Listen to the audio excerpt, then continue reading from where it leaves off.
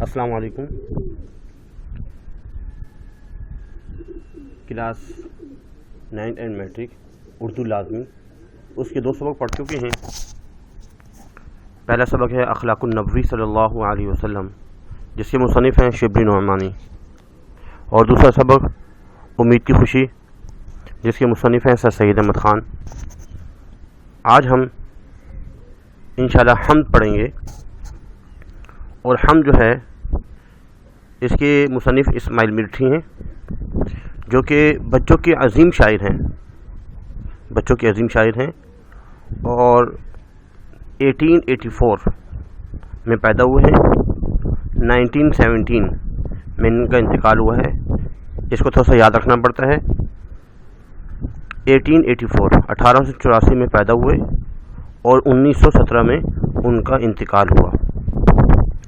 اور انہوں نے بچوں کے لیے اور بڑوں کے لیے بہت ہی نظمیں لکھی، بہت زیادہ، اور سب جو ہے جس میں اصلاحی نظمیں لکھی ہیں. اور ان کی تمام جتنی بھی نظمیں ہیں اس کا مجموعہ کلیات اسماعیل میرٹھی، یہ کتاب ہے ان کی، اسماعیل میرٹھی کی کتاب ہے جس کا نام ہے کلیات. تمام جتنے کل کی کل جو ہیں تمام نظمیں وہ اس میں شامل کر دی گئی ہیں. بہت ہی مشہور ان کی کتاب ہے کلیات اسماعیل میرٹھی.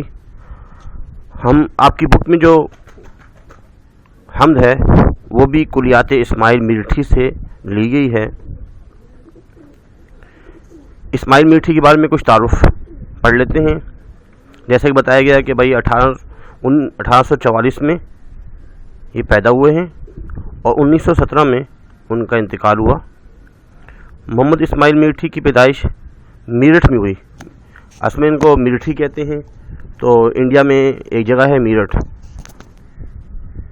تو میرٹھ میں جو ہے پیدا ہوئے ہیں. انہیں بچپن سے پڑھنے لکھنے کا شوق تھا. اپنے شوق اور محنت سے انہوں نے بڑی ترقی کی. کم عمری میں ملازم ہو گئے. علم و ادب کی دنیا میں نام پیدا کیا. اردو اور فارسی کے استاد کی حیثیت سے انہوں نے بچوں کی نفسیات، ذوق، شوق، دلچسپی، پسند اور ناپسند کا جائزہ لیا. انہی تجربات کی مدد سے انہوں نے بچوں کے لیے نظمیں لکھی اور اردو کی درسی کتابیں تیار کیں. یہ کتابیں ہر زمانے میں مقبول ہوئیں، مشہور ہوئیں، اور آج بھی شوق سے پڑھی جاتی ہیں. اسماعیل میرٹھی نے ان کتابوں میں آسان اور سلیس زبان استعمال کی ہے. بچوں کے مزاج اور ان کی ذہنی ضرورتوں کا خیال رکھا ہے. ان کتابوں کی اہمیت اور ضرورت آج بھی مسلم ہے، تسلیم کی جاتی ہے. مسلم کا مطلب ہے تسلیم کی جاتی ہے، مانی جاتی ہے. چھوٹی چھوٹی باتوں سے بڑے نتائج پیدا کرنا اسماعیل میرٹھی کا خاص انداز ہے. چھوٹی چھوٹی باتیں بیان کی، مثالیں دیں، اسے بڑے نتائج کی، یہ ایسا ہوگا تو پھر بعد میں یہ چیز ہو سکتی ہے.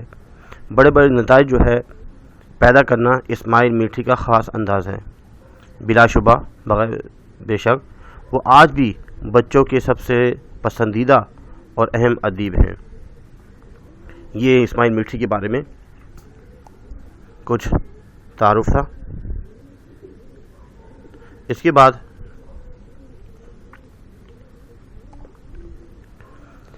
کیونکہ اسماعیل میرٹھی کی جو ہے یہ حمد ہے اور اس کا پہلا مصرع خدایا نہیں کوئی تیرے سوا، اگر تو نہ ہوتا تو ہوتا ہی کیا. اس میں سب سے پہلے ہمیں حوالہ لکھنا ہوتا ہے. اس میں لکھیں گے مندرجہ بالا شعر ہماری اردو کی درسی کتاب ہم سے لیا گیا ہے جس کے مصنف مولوی محمد اسماعیل میرٹھی ہیں، یا یہ بھی کہہ سکتے ہیں کہ جو کلیات اسماعیل سے ماخوذ ہیں. اس کے بعد حوالہ شاعر لکھنا ہوتا ہے کہ ہیڈنگ ڈالنی ہوتی ہے حوالہ شاعر، جس میں لکھیں گے کہ شاعر کا تھوڑا سا تعارف، شاعر کا نام، کب پیدا ہوئے ہیں، کب ان کا انتقال ہوا، کہاں پیدا ہوئے، بچوں کے جو شاعر ہیں، تو مختصر تعارف جو ہے 1-2 لائنوں کا لکھنا ہوگا۔ اس کے بعد اس کی تشریح میں لکھیں گے، ایک اور ہیڈنگ ڈالیں گے، تشریح میں یہ بات لکھیں گے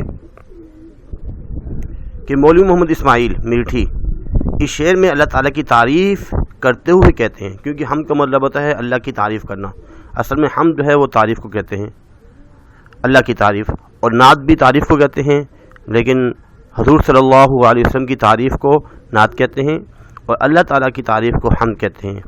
تو اس میں اسماعیل میرٹھی صاحب وہ اس شعر میں اللہ تعالیٰ کی تعریف کر رہے ہیں اور فرما رہے ہیں کہ اللہ تیرے سوا کوئی معبود نہیں، خدایا نہیں کوئی تیرے سوا، لا الہ الا اللہ، آپ کے علاوہ کوئی معبود نہیں، اور رب ہی آپ ہیں، آپ کے علاوہ کوئی رب بھی نہیں، بس تو ہی تو ہے،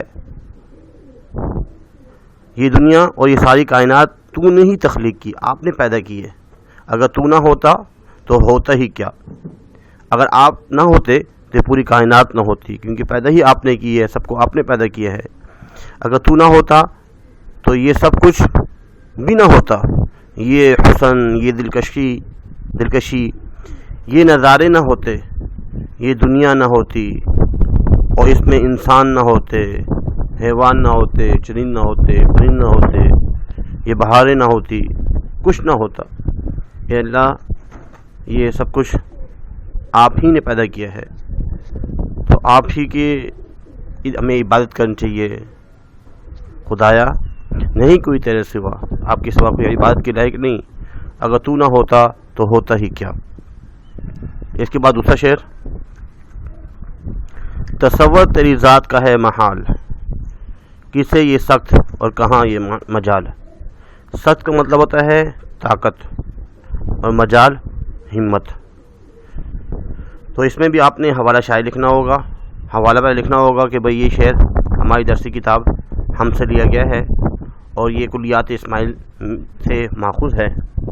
اس کے بعد حوالہ شاعر لکھنا ہوتا ہے، حوالہ شاعر میں تھوڑا سا شاعر کا تعارف لکھنا ہوتا ہے، بچوں کے شاعر ہے اسماعیل میرٹھی، اور کب پیدا ہوئے، کب ان کا انتقال ہوا، کہاں پیدا ہوئے۔ اس کے بعد تشریح لکھنی ہوتی ہے، اگر ممکن ہو سکے تو الفاظ میں نے، جیسے سخت، طاقت اور مجال ہمت، مشکل الفاظ کے معنی بھی لکھے جا سکتے ہیں۔ اس کے بعد تشریح میں لکھیں گے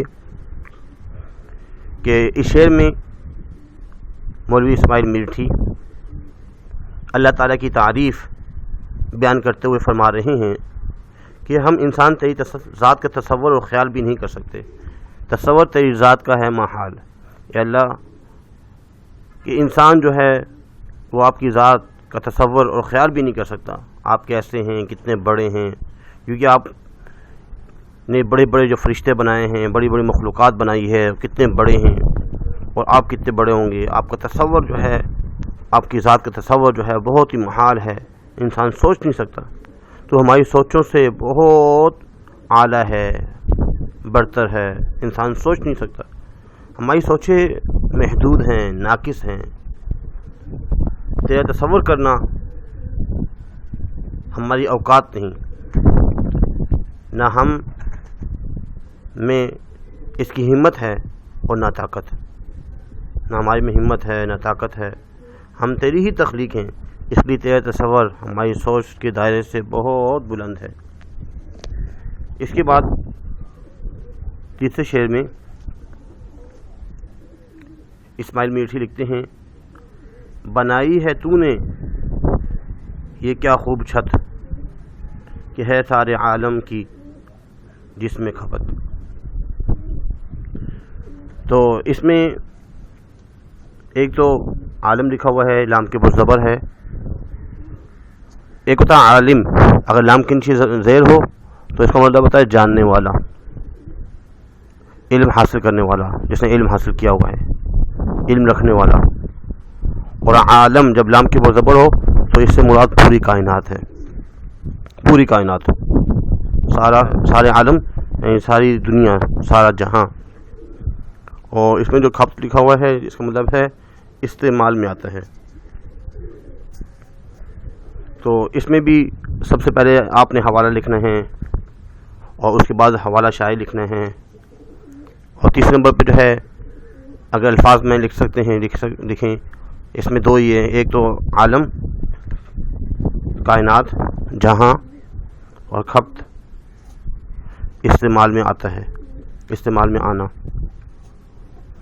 اس کے بعد تشریح لکھیں گے کہ اسماعیل میرٹھی اللہ تعالیٰ کی تعریف بیان کرتے ہوئے فرما رہے ہیں کہ ہمارے سروں پر یہ آسمان جیسی کیا خوبصورت چھت تو نے بنا دی، بنائی ہے تو نے یہ کیا خوب چھت۔ چھت سے مراد یہاں پہ آسمان ہے، آسمان جیسی کیا خوب چھت تو نے بنائی ہے جو بغیر سہارے کے ہمارے سروں پر صدیوں سے تنی ہوئی ہے، کئی عرصہ گزر چکا ہے اور بغیر سہارے کے آپ نے اس کو چھت بنائی ہوئی ہے، تنا ہوا ہے۔ اس میں سورج، چاند، ستارے سب کچھ اسی میں ہیں، یہ ساری کائنات میں محیط ہے، ہماری دنیا اور ساری کائنات اس میں سمائی ہوئی ہے۔ اتنی بڑی چھت اور اتنی عظیم کائنات بنانے والا خود کتنا عظیم ہے کہ ہے سارے عالم کی، جس میں کائنات میں کتنی جو ہے نا کہکشائیں ہیں، بڑے بڑے جو نا ایک نظام شمسی ہے، سولر سسٹم ہے، وہ سب کے سب جو ہے وہ اس آسمان کے نیچے ہی ہیں۔ اور ایسے ایک آسمان نہیں ہے، 7 آسمان، دوسرا آسمان، تیسرا آسمان، 7 آسمان ہیں۔ اور آسمان کے اوپر جو ہے اللہ کا عرش ہے، اور عرش کے اوپر جو ہے نا کرسی ہے، اور کرسی پہ جو ہے نا اللہ رب العزت جو ہے کہ وہ کرسی ہے، وسع کرسی السماوات والارض، اس کرسی نے آسمان اور زمین کو 7 زمینیں احاطے میں کیا ہوا ہے۔ تو کتنی بڑی جو کائنات اللہ نے بنائی ہے۔ تو یہاں پہ آسمان کی تعریف کر رہے ہیں کہ اس آسمان کے نیچے جو ہے سورج، چاند، ستارے، ہر چیز جو ہے اور کتنی چیزیں جو ہے نا وہ استعمال میں ہیں۔ اس کے بعد اگلے شعر میں یہ تارے جو ہیں آتے جاتے ہوئے، یہ تارے جو ہیں آتے جاتے ہوئے، چمکتے ہوئے، جگمگاتے ہوئے، اس میں بھی آپ نے حوالہ لکھنا ہے اور حوالہ شاعر، اور اس کے بعد اس کی تشریح کرنی ہے۔ تشریح میں یہ لکھیں گے کہ اس شعر میں مولوی محمد اسماعیل اللہ تعالیٰ کی تعریف بیان کرتے ہوئے فرما رہے ہیں کہ رات کو نظر آنے والے اور دن کو نظر آنے والے ستارے، یہ چمکتے اور جگمگاتے ہوئے ستارے سب اس خالق کائنات کی تخلیق ہے۔ یہ تارے جو ہیں آتے جاتے، تاروں کا آنا، چاند کا آنا، سورج کا آنا، کبھی سورج جو ہے نا طلوع ہوتا ہے، کبھی غروب ہوتا ہے، اور چاند طلوع ہوتا ہے اور پھر چھپ جاتا ہے، اور ایسے ہی تارے نظر آتے ہیں، تارے چھپ جاتے ہیں اور یہ جگمگاتے ہیں۔ یہ اللہ یہ سب کے سب جو ہے وہ آپ ہی کی پیدا کردہ ہیں، آپ نے پیدا کی ہیں۔ تو اس میں فرما رہے ہیں کہ کائنات کی کہکشاؤں کو روشن رکھتے ہوئے سب اپنے اپنے مدار میں گھوم رہے ہیں، ایک ترتیب سے چل رہے ہیں، اپنے ایک مدار میں چل رہے ہیں۔ یہ سب اپنے خالق کی عظمت کے مظہر ہیں۔ اس سے اللہ تعالیٰ کی وحدانیت، کیا ایک کوئی ہے جو اس کو پیدا کیے ہوئے ہیں، ایک نظام ہے جو چل رہا ہے۔ تو اے اللہ رب العزت، یہ آپ ہی نے اس نظام کو بنایا ہے، آپ کے علاوہ کوئی اس نظام کو بنانے والا نہیں ہے۔ تو آج جو ہے ہم نے اس کے حمد کے 4 شعر پڑھے ہیں، اور اس کے علاوہ مختصر جو ہے مولانا اسماعیل میرٹھی کے بارے میں پڑھا ہے۔ تو جب بھی کسی کی جو نا نظم کی، نعت کی، کسی نظم وغیرہ کی، حمد وغیرہ کی تشریح کرنی ہوتی ہے تو سب سے پہلے حوالہ لکھنا ہوتا ہے۔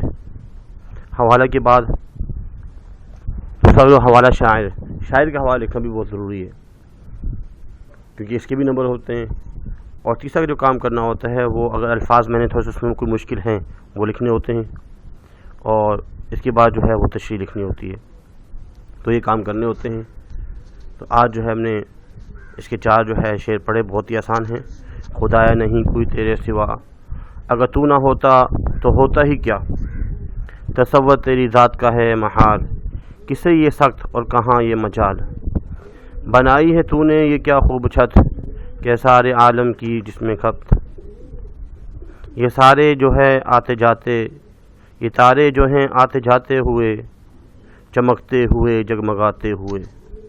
تو آج کے لیے اتنا ہی کافی ہے۔ اپنا خیال رکھیے۔ فی امان اللہ۔ اللہ حافظ۔